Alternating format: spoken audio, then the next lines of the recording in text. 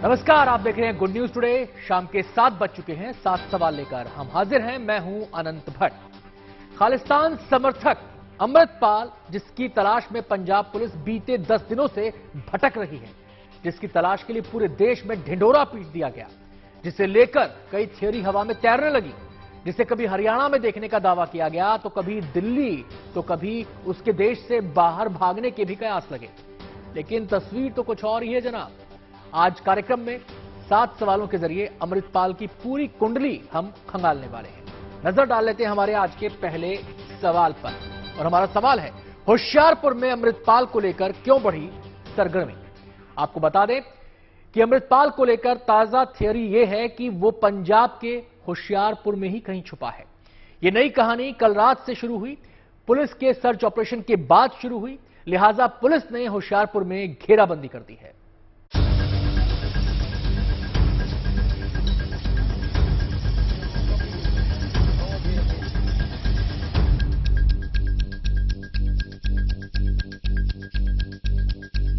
आगे आगे अमृतपाल और पीछे पीछे पंजाब पुलिस, लेकिन खालिस्तान समर्थक अमृतपाल चकमा देकर बार बार हो गया फरार।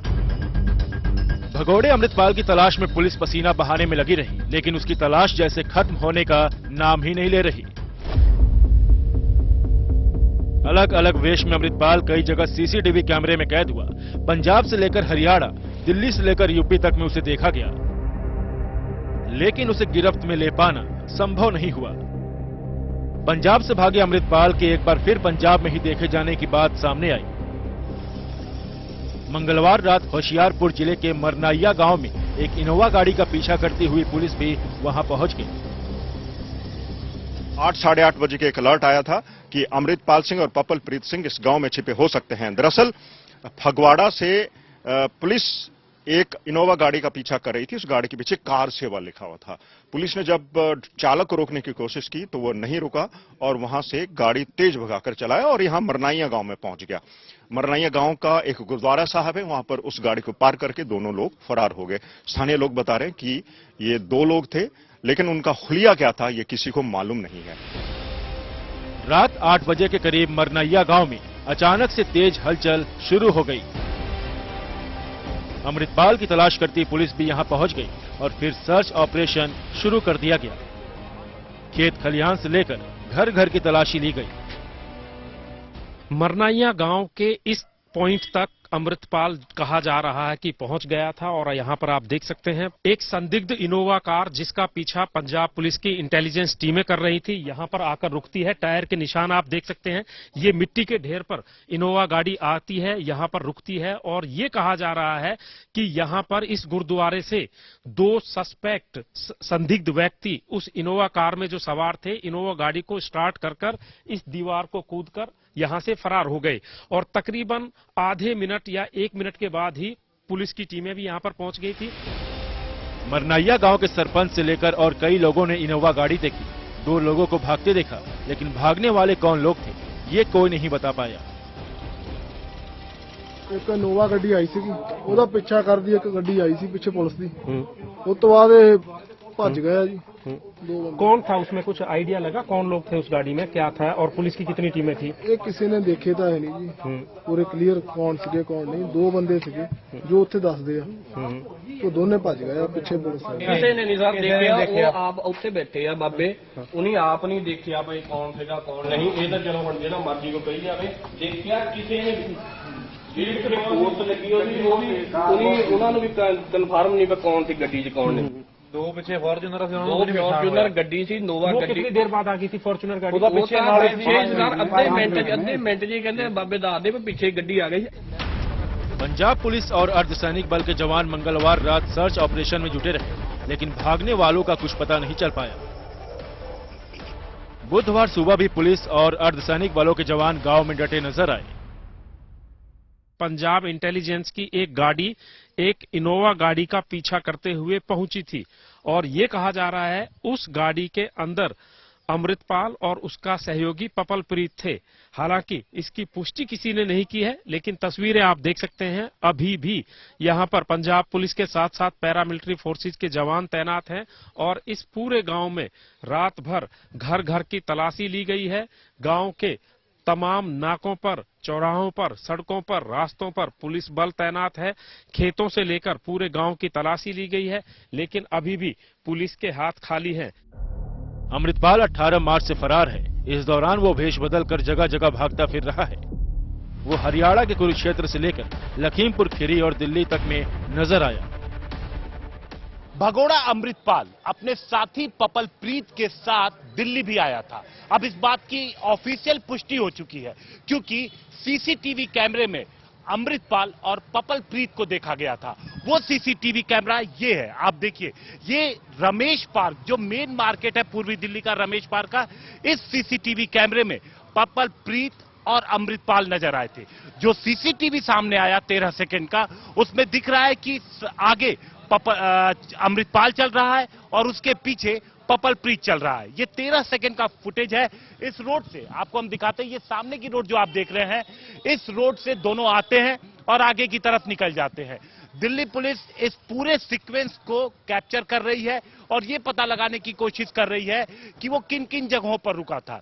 इस दौरान पुलिस को यह पता लगा कि पपलप्रीत की दोस्ती एक महिला से उस वक्त हुई थी जब किसान आंदोलन चल रहा था और वहीं पर ये दोनों पहुंचे थे और एक रात छिपने के बाद वहां से भाग जाते हैं। अमृतपाल के दिल्ली में होने के मामले की छानबीन के बीच अब एक बार फिर उसके पंजाब में होने की बात सामने आई है। बहरहाल अमृतपाल की सरगर्मी से तलाश की जा रही है। होशियारपुर के मरनैया गांव से मंजीत सहगल और सत्येंद्र चौहान के साथ दिल्ली से Himanshu Mishra, good news today.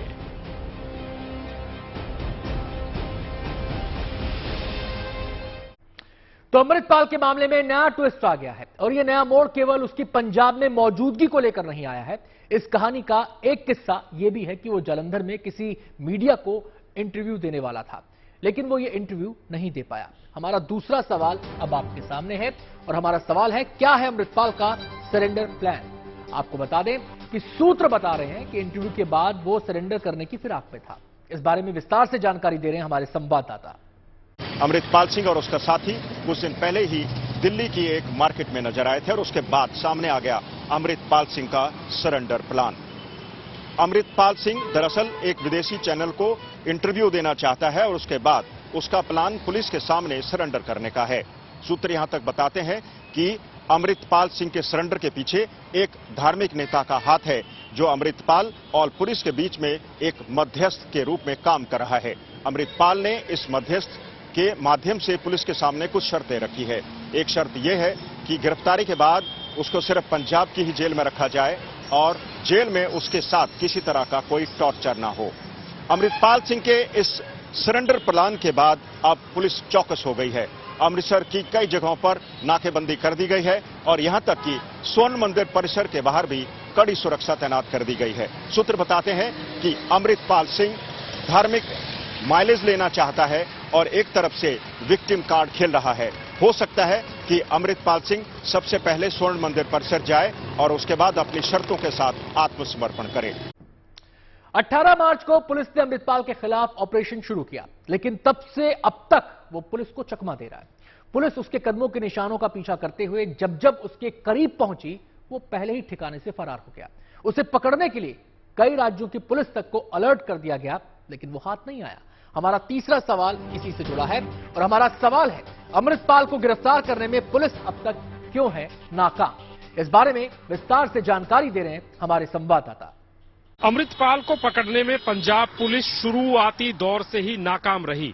18 तारीख को शाहकोट से भागा, नंगल अंबिया से भागा, उसके बाद पटियाला से भागा, उसके बाद कुरुक्षेत्र से भागा, उसके बाद लखीमपुर खीरी से भागा, उसके बाद दिल्ली से भागा और जब ये पंजाब से बाहर भाग रहा था, पंजाब पुलिस इसकी तलाश पंजाब में कर रही थी और जब पंजाब में आ गया तब पंजाब पुलिस इसकी तलाश अन्य राज्यों में कर रही थी और शायद यही वो वजह थी कि अमृतपाल लगातार न सिर्फ पुलिस को चकमा दे रहा था, बल्कि पुलिस को समझ में ही नहीं आ रहा था कि आखिर वो करे तो क्या करे। अमृतपाल के खिलाफ शुरू हुए ऑपरेशन के बाद से पंजाब में बयान बहादुरी भी खूब हो रही है। इस मामले को लेकर सबका अपना नजरिया है और पुलिस के एक्शन को उसी नजरिए से देखा जा रहा है, तौला जा रहा है। हमारा चौथा सवाल ये रहा आपके सामने और सवाल है अमृतपाल को लेकर अकाल तख्त और पंजाब सरकार में तकरार आखिर क्यों है। दरअसल 2 दिन पहले अकाल तख्त ने बैठक के बाद ऑपरेशन अमृतपाल के दौरान पकड़े गए सिख युवकों को छोड़ने का अल्टीमेटम दिया, तो इस पर पंजाब के सीएम भगवंत मान ने उन लोगों पर भड़काने का आरोप लगाया। तो वहीं अकाली दल ने जेल भेजे गए लोगों का केस लड़ने की बात कही है।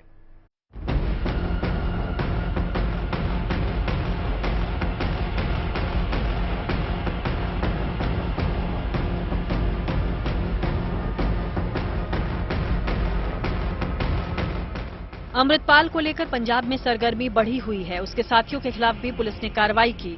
इस मामले को लेकर अकाल तख्त और पंजाब सरकार में तकरार शुरू हो गई है। अमृतपाल के साथियों को हिरासत में ले जाने पर अकाल तख्त ने कड़ी आपत्ति जताई। अमृतसर में श्री अकाल तख्त साहिब पर इसको लेकर सोमवार को बाकायदा मीटिंग भी हुई। श्री अकाल तख्त साहिब के जत्थेदार ज्ञानी हरप्रीत सिंह की तरफ से रखी गई इस मीटिंग में अलग अलग जत्थेबंदियों ने अपने अपने विचार रखे। बैठक के बाद सरकार को पकड़े गए लोगों को 24 घंटे में छोड़ने का अल्टीमेटम दिया गया। श्री अकाल तख्त साहब की सरपरस्ती हेठ सारिਆਂ ने निर्णय किया कि सिंह साहब जिहड़ा जो कोई प्रोग्राम देणगे ਉਹਦੇ ਉੱਤੇ फुल चाढ़ांगे। सो सिंह साहब ने अज सीधे लफ्जां दे विच 24 घंटे का सरकार नूं नोटिस दिता कि जिन्ने भी फड़े आ वो सारे 24 घंटियां विच रिहा कीते जाण। अकाल तख्त की तरफ से ऐसा नहीं होने पर आगे लोगों के बीच मामले को ले जाने की बात कही गई थी। अमृतपाल सिंह और उसके साथियों के खिलाफ की जा रही पुलिस कार्रवाई को लेकर शिरोमणि गुरुद्वारा प्रबंधक समिति और भगवंत मान सरकार के बीच में ठन गई है। एसजीपीसी ने सरकार को 24 घंटे का अल्टीमेटम देते हुए कहा है कि जिन लोगों के खिलाफ रास्को और दूसरे कानूनों के तहत कार्रवाई की गई है उनको जल्द रिहा किया जाए, वरना समिति सरकार के खिलाफ गांव-गांव जाकर एक प्रचार अभियान शुरू करेगी। हालांकि अल्टीमेटम की मियाद अब बीत चुकी है, लेकिन अकाल तख्त के इस अल्टीमेटम पर मुख्यमंत्री भगवंत मान ने अपना सख्त रुख दिखाया। वहीं मुख्यमंत्री भगवंत मान ने एसजीपीसी के इस अल्टीमेटम का कड़ा संज्ञान लेते हुए एसजीपीसी के अध्यक्ष को साफ साफ कहा है कि बजाय वो लोगों को भड़काने के, अगर गुरु ग्रंथ साहिब के 328 स्वरूपों की गुमशुदगी को लेकर या फिर धार्मिक ग्रंथों की बेअदबी को लेकर कोई बयान जारी करते, सफाई देते तो ज्यादा बेहतर होता। आपको बता दें कि एसजीपीसी द्वारा दिए गए 24 घंटे का अल्टीमेटम का समय अब खत्म हो गया है, लेकिन फिलहाल अभी तक एसजीपीसी की तरफ से कोई कार्रवाई नहीं हुई है। लेकिन मुख्यमंत्री भगवंत मान ने साफ साफ चेता दिया है कि लोगों को भड़काना किसी भी रूप में मान्य नहीं होगा और उसे स्वीकार नहीं किया जाएगा। मुख्यमंत्री भगवंत मान ने जत्थेदार पर बादल परिवार का पक्ष लेने का भी आरोप लगाया। दरअसल अकाली दल की तरफ से भी अमृतपाल मामले में पकड़े गए लोगों को लेकर नाराजगी जताई जा रही है। उन्हें कानूनी मदद मुहैया कराने की भी बात कही गई। शिरोमणि अकाली दल की तरफ से मुख्यमंत्री भगवंत मान को लगातार निशाना बनाया जा रहा है, लेकिन वो अमृतपाल मामले को लेकर सख्ती बरते जाने का साफ पैगाम दे रहे हैं। जे कोई पंजाब दी अमन शांति नूं भंग करने की कोशिश करूगा, फ्यूचर दे विच कोई सुपना भी लऊगा, ਅਸੀਂ सख्त कदम चुकांगे, क्योंकि पंजाब अमन ते शांति पसंद लोगों का जिहड़ा है सूबा है। अमृतपाल के मामले पर अकाल तख्त और पंजाब सरकार में ठनी हुई है। बहरहाल ये मामला और कितनी दूर तक जाएगा कहना मुश्किल है। अमृतसर से मंजीत सहगल के साथ bureau report, good news today. Khalistan को लेकर अमृतपाल लगातार जहर उगल रहा था। उसके समर्थक खुलेआम हथियार लहराते हुए घूमते थे। अजनाला में तो उसने अपने एक समर्थक को छुड़ाने के लिए पुलिस स्टेशन पर अपने हथियारबंद समर्थकों के साथ धावा तक बोल दिया। हमारा 5वां सवाल ये रहा आपके सामने। हमारा सवाल है, खालिस्तान समर्थक अमृतपाल कितना बड़ा खतरा है। अजनाला की घटना के बाद से ही अमृतपाल पुलिस के रडार पर आ गया। जब उसकी कुंडली खंगाली गई तो कई हिला देने वाली जानकारियां सामने आई। वो अपने फोर्स बनाने में जुटा था। विदेशी फंडिंग से लेकर आईएसआई से लिंक तक की बात सामने आई है।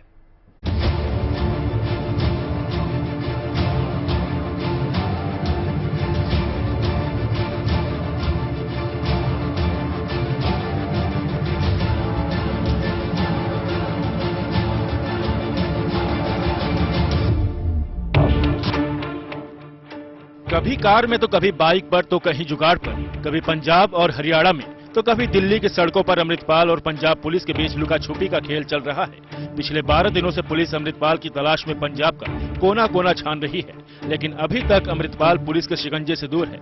अमृतपाल को पकड़ना पंजाब पुलिस की साख के लिए बेहद जरूरी है, क्योंकि अमृतपाल जिस पंजाब में रहता है, देश विरोधी ताकतों के साथ मिलकर उसे ही सुलगाने की दिन रात साजिशें रच रहा है।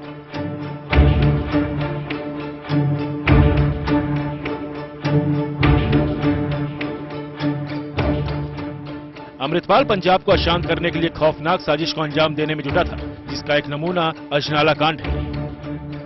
अमृतपाल हर हाल में पंजाब की शांति को भंग करने में लगा है और इसके लिए उसे सीमा पार से देश विरोधी ताकतों का भी साथ मिल रहा है। पंजाब पुलिस ने पहले हिसाब कर दिया था कि अमृतपाल की खौफनाक साजिश के तार पाकिस्तान की खुफिया एजेंसी ISI से जुड़े हैं। इसके साथ ही उसे दूसरे देशों में रहने वाले खालिस्तानी समर्थकों का भी सपोर्ट है। इस केस में, इस पूरे एपिसोड में जो जितने भी इसमें बैड एलिमेंट्स इन्वॉल्व हैं, उसमें हम ISI का एंगल, उनकी फॉरेन फंडिंग, हमें सस्पिशन है कि इसमें ISI का एंगल भी है, फॉरेन फंडिंग भी है, उस पर फर्दर इन्वेस्टिगेशन हमारी चल रही है।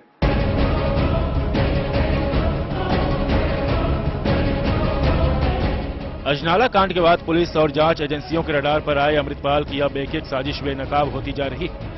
जांच जैसे जैसे आगे बढ़ी तो अमृतपाल के गांव जल्लूपुर खेड़ा में उसकी प्राइवेट आर्मी का भी पता चला। अमृतपाल ने आनंदपुर खालसा फोर्स के नाम से अपनी आर्मी तैयार कर रखी थी और टाइगर फोर्स में युवाओं की तेजी से भर्ती कर रहा था, जिसका मकसद सिर्फ और सिर्फ पंजाब की शांति को भंग करने का था। अमृतपाल सिंह आनंदपुर खालसा फोर्स के साथ साथ टाइगर फोर्स भी बना रहा था, जिसमें सिर्फ युवाओं की भर्ती की जा रही थी। सबसे खास बात तो ये है कि टाइगर फोर्स में अमृतपाल के खास लोगों को ही रखा जा रहा था। अमृतपाल की फोर्स में शामिल होने वाले युवाओं को वेतन और बैच नंबर भी दिया जा रहा था। इसके साथ ही अमृतपाल ने खालिस्तान का नक्शा और करेंसी भी डिजाइन कर लिया था। कपूरथला, पटियाला और जींद के लिए अलग अलग नक्शे बनाए गए थे।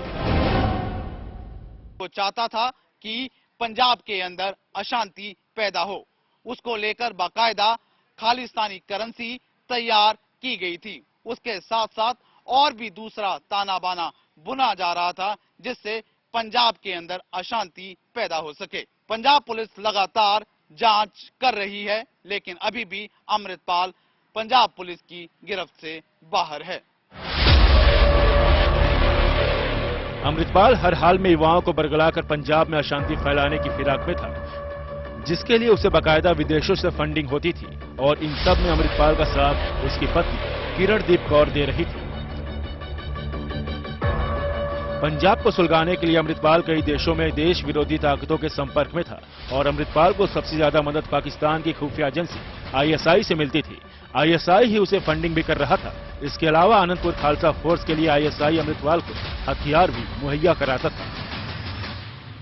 उसको विदेशी फंडिंग आ रही थी, ISI के इशारे पर काम कर रहा था। इतना ही नहीं, आनंदपुर साहिब खालसा फोर्स बना ली, अमृतपाल टाइगर फोर्स बना ली।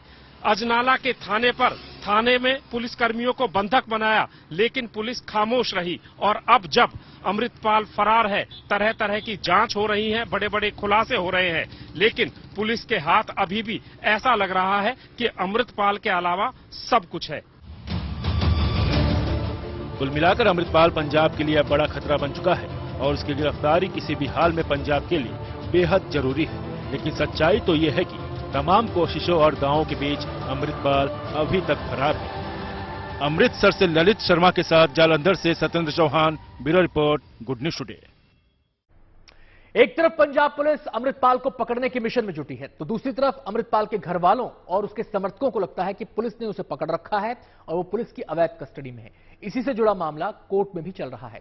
हमारा छठा सवाल इसी मामले से जुड़ा है और सवाल है, अमृतपाल को लेकर पंजाब हरियाणा हाईकोर्ट में सरकार ने क्या दलील रखी? इस बारे में विस्तार से बता रहे हैं हमारे संवाददाता।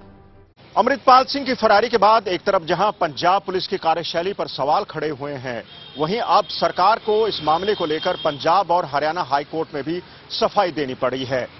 सरकार ने हाईकोर्ट को बताया है कि अमृतपाल सिंह फिलहाल उसकी गिरफ्त से बाहर है और उसे जल्द गिरफ्तार करने की कोशिश की जा रही है।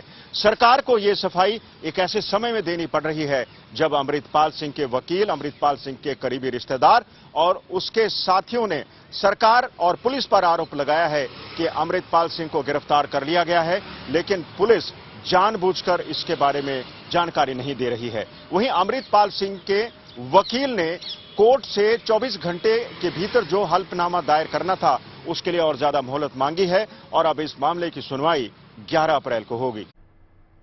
अमृतपाल खालिस्तान की आड़ में अपनी जहरीली सोच को पंजाब में फैलाने की मुहिम में लगा था। इस नापाक साजिश में वो अकेला नहीं था, उसने इसके लिए नेटवर्क खड़ा कर लिया और वो इस नेटवर्क को फैला रहा था। हमारा 7वां और आखिरी सवाल अब आपके सामने है। सवाल है, पंजाब को सुलगाने की साजिश में कौन कौन शामिल? इस बारे में विस्तार से बता रहे हैं हमारे संवाददाता सत्येंद्र चौहान। ऐसे तो अमृतपाल ने बहुत कम समय में एक लंबी अनुयायियों की फौज तैयार कर ली थी, लेकिन अमृतपाल भरोसा सिर्फ गिने चुने लोगों पर करता था।